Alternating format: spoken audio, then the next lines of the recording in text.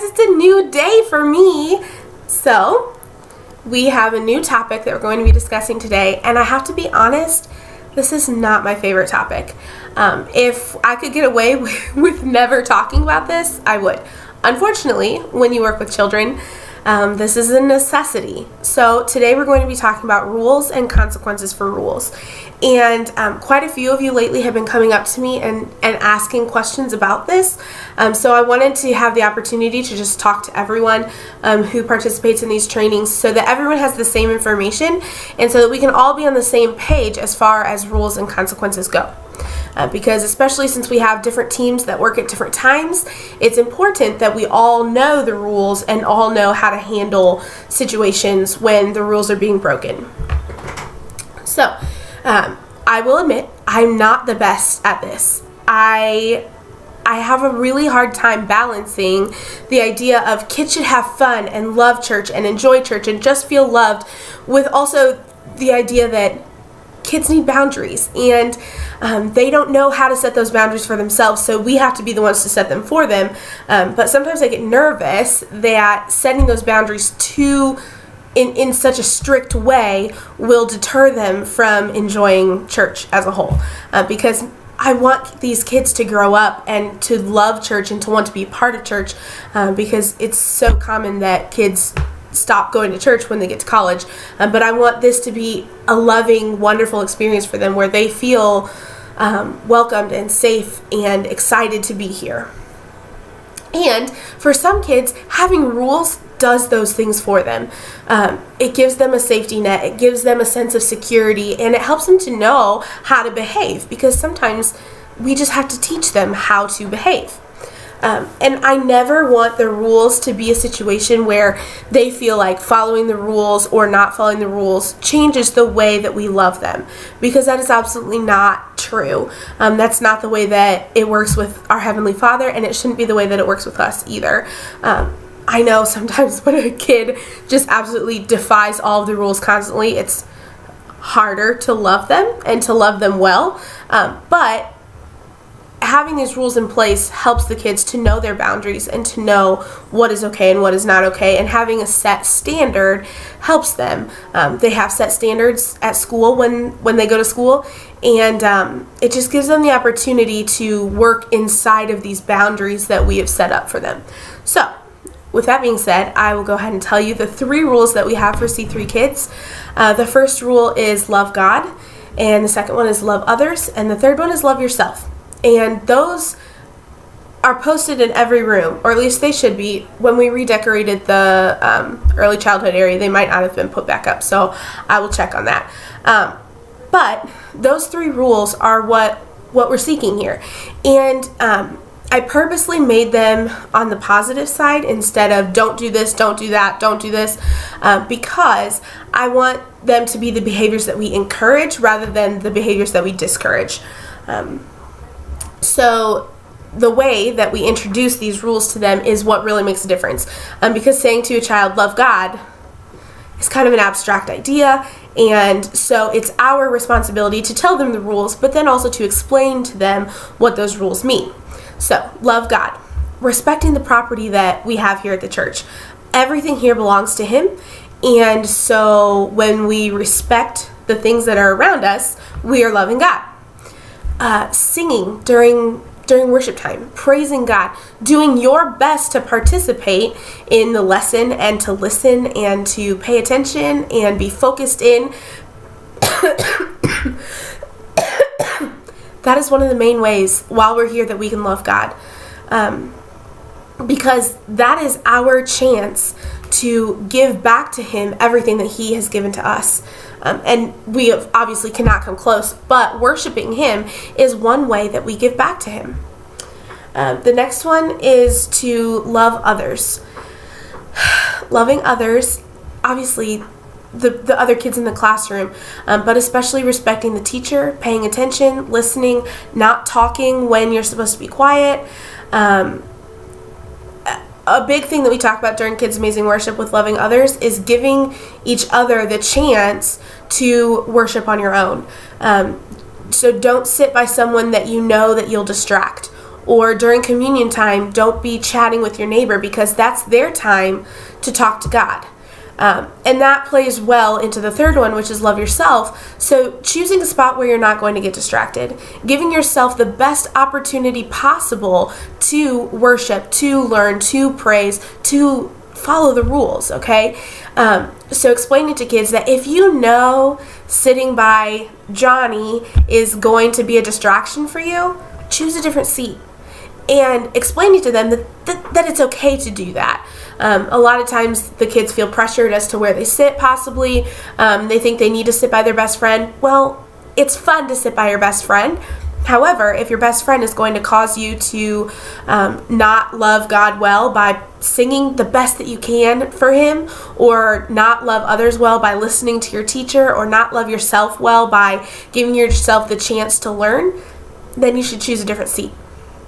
And helping kids to know that that's okay, and that is actually a good thing to do.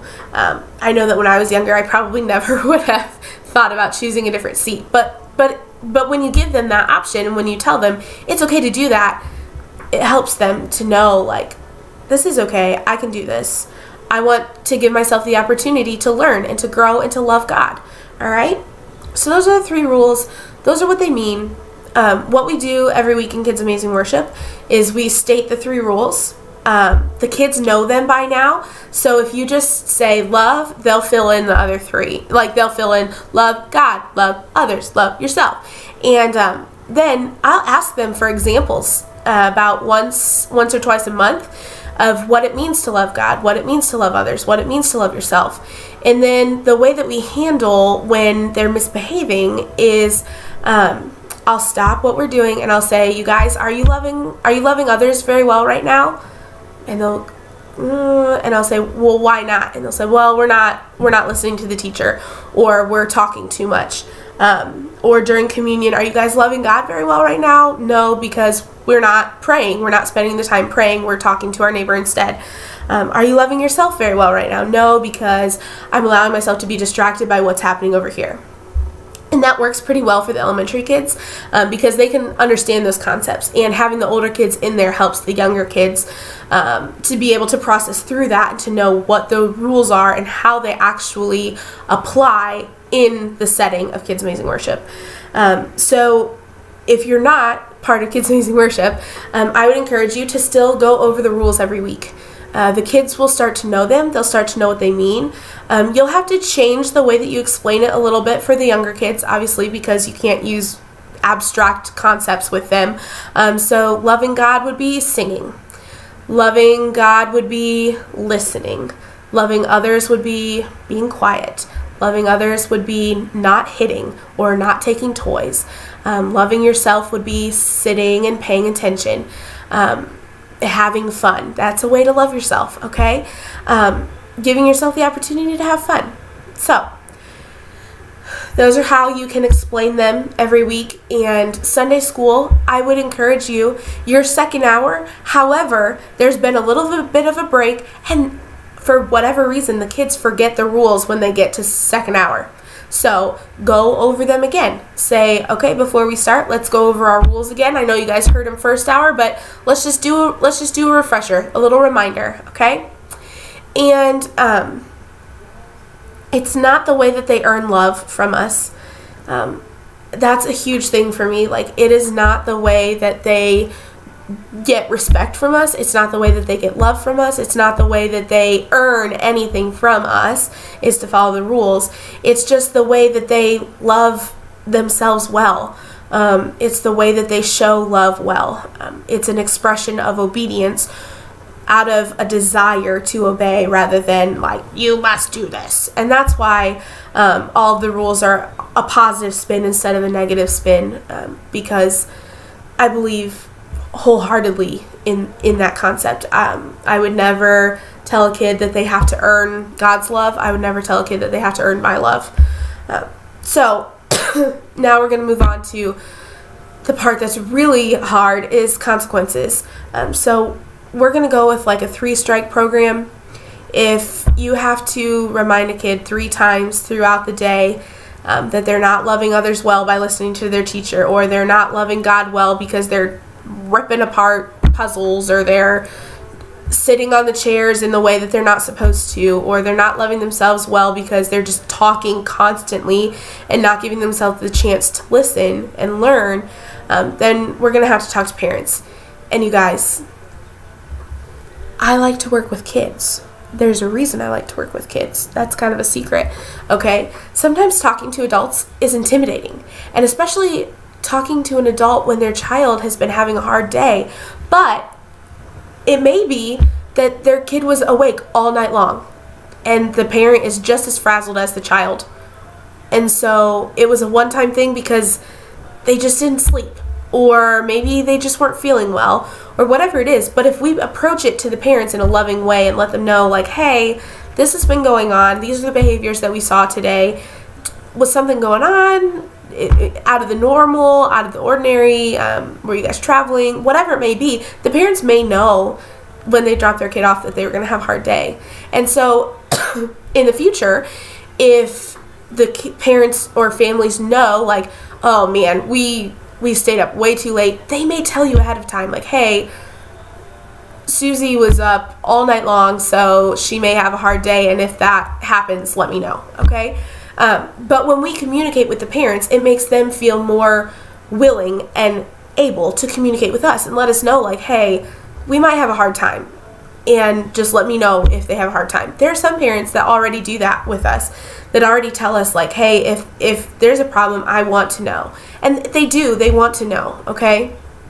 Because I don't think anyone wants to send their kids to class and have them misbehave the whole time and then have us be like, they were a perfect angel, they didn't do anything wrong. And then they go home and the kid is wild and they're like, whoa, why were you like that? Why are you like that here, but you weren't like that at church? Well, maybe they were like that at church this week, but we just didn't tell them, okay? So being bold and telling the parents when they come to pick them up, or, yeah. And here's the other thing.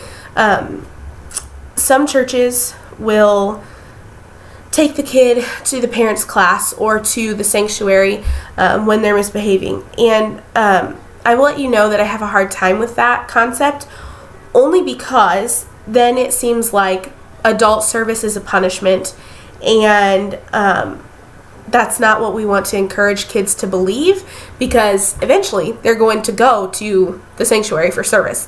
And once they age out of C3KIDS, and they'll be in there, and I don't want that to be their concept of the sanctuary when they get old enough. It's like, oh, well, nah, this is only where you go when you can't have fun and when, you're in trouble. Well, that's not true, because that's the place where their families are worshiping. That's the place where their families are encountering God and learning and growing and doing all the things that we want them to do in C3KIDS, but they're just doing it in there. So maybe having the child sit outside of the classroom for a few minutes, set a chair out there, say you need to sit here for 4 minutes or 3 minutes or 1 minute or whatever it is, and maybe they'll miss out on a game or they'll miss out on something, and when they come back in, maybe they'll be ready to participate correctly in class. Have a conversation with them.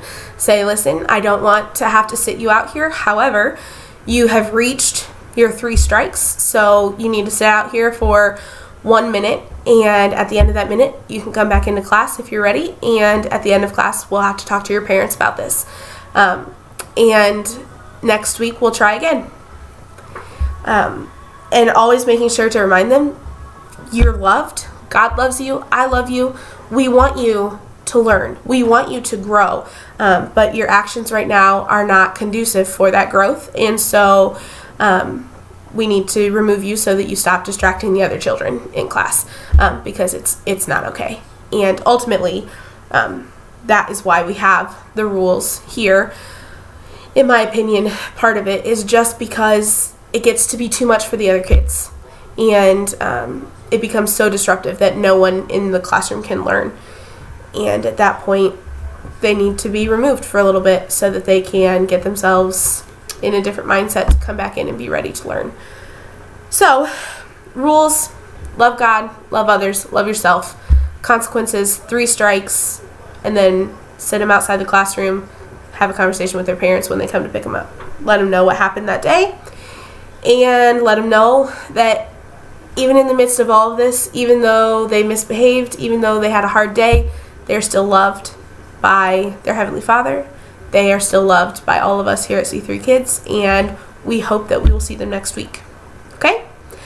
So, there you have it. Rules and consequences. My favorite subject! Yay! I hope you guys have a good week.